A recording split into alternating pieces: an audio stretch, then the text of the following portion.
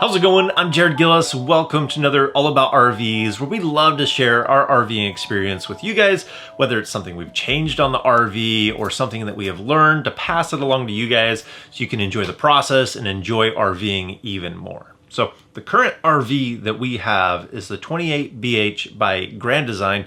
It's a fifth wheel, and we've only had it a couple of months, but there's been a few things that they've risen up to that annoyance level to where you want to do something about it. So some of these things we actually knew we weren't gonna like about the RV before we even bought it, and we had planned to change some of these things.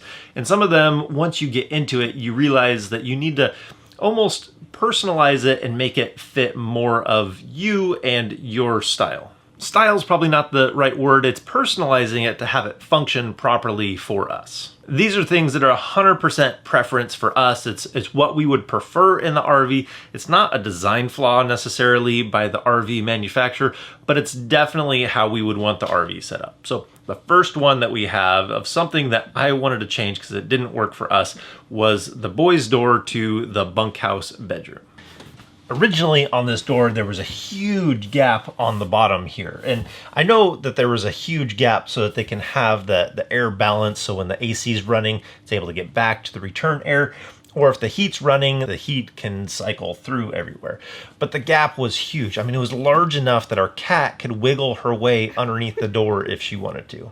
And she did on a couple of occasions. But what we did is we added an additional piece of wood at the bottom of this, and then we put this sweep. I know this is meant for an exterior door, but it worked well because it matched the color, it finished the bottom of the door off well, and kind of hid that extension on there. So it worked well adding that on there so it's not such a large gap at the bottom of the door. I know this one wasn't near as bad as some of the other RVs that we've walked through. Some of those are so egregious that it's like, man, it just looks really bad. But adding this extension worked well in this area. But we also had an extension that we wanted to do to the bathroom door going into the other bedroom. The good news is adding that extension on the bottom of the door hasn't negatively affected the air, hot or cold, going into that room. So that's why we're good doing it on the one in the bathroom here too. So we have the same extension at the bottom of the door, but we also have these at the top where these aren't gonna be blue forever. That kind of annoys me too.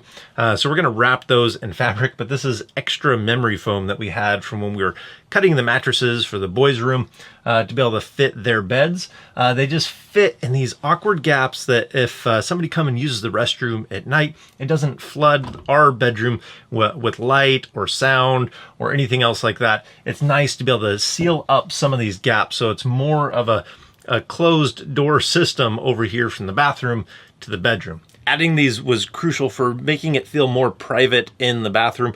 But the reason why we have those gaps is because this is a slide that is shared in between the bedroom and the bathroom. And it's just a partial slide, so that's why we have this door that has to be able to slide in.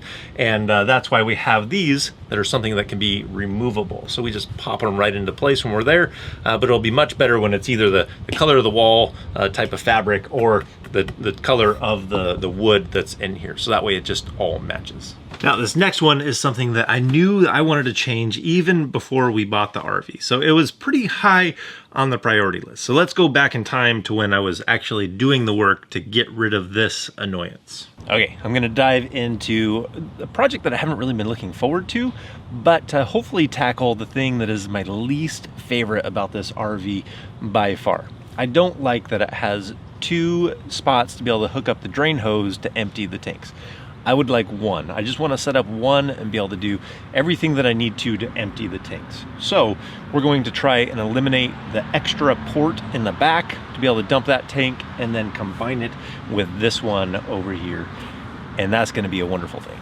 This one turned out fantastic. It's been working great. It's so much easier to deal with just one output for the drain water. I'm able to empty everything from this one point for connection. This one is by far my favorite now that it's done. And it worked out well because we had enough fall, meaning that the distance that we had to come, we have enough to have a 1/4 inch per foot fall on that pipe so that when we come over here, everything is flowing when the RV is level. So everything functions properly. So I still have the valve in the back that's directly connected to the tank. Is all we did is we took a new fitting like this that bolts right onto the valve, and then from there we just did our new plumbing. So rather than angling straight down and out, we just took it and we turned it this way, sloping it so that we could have that 1/4 inch per foot, and then we brought it over, supported the pipe all the way, and tied it right into this output over here. So this one by far is my favorite. I actually just noticed from the RV next to us that theirs is done the same way, except for theirs looks like it was done from factory. They didn't have to make that alteration to the RV, but it works well because we're keeping those exact same valves. So we're not messing with any of the cold water protection, having those valves be up inside that conditioned space. So we're not dealing with any of the freezing temperature changes in there. So it works the same, and very thankful to just have one output for the drain water on the RV. Now, this next one is a little bit ridiculous to even talk about, to almost talk about it like I'm complaining about it, because it's the electric fireplace. Just to have an electric fireplace to take the chill off in the room is amazing, is phenomenal. So to even talk about it being an annoyance is kind of on the wrong side of the column. But I want to talk about the sounds that it makes when you turn on the electric fireplace. I mean, this thing has a remote. How insane is that it comes stock electric fireplace with a remote? I absolutely love it. But when I would press the button, so I'd wake up early in the morning and I would go to take the chill off in the room and I would turn it on, and it would be a loud beep.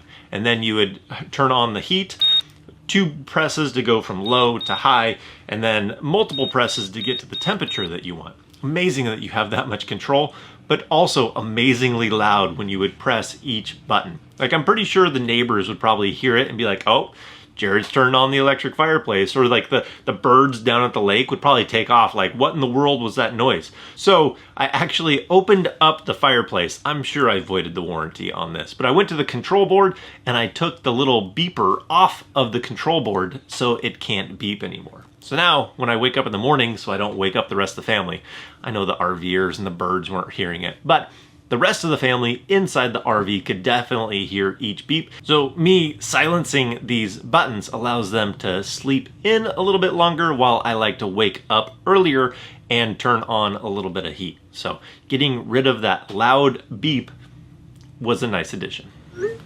Kind of funny that I just got a text, because the text is from a friend that is doing the same thing that was my last point, and what I'm going to be doing for the rest of my afternoon is adding an outlet. So he had some oddly placed outlets inside the RV, and we added some outlets, and it just adds a whole lot of function to be able to put the power where you want it. So we added an outlet underneath this table. Remember, this whole table was added. This was supposed to be where a 2-seater sofa was inside the RV. So us adding this table, and we wanted to work from here, homeschool, me working, we needed power underneath there. Otherwise, we had cables and power cords draped up above to where the nearest outlet was. So adding that outlet down below definitely gave us a tremendous amount of function. So I also want to add an outlet basically right below the TV, because on our countertop in here we have an outlet at the end of the counter, and then we don't have one all the way till the other side of the wall.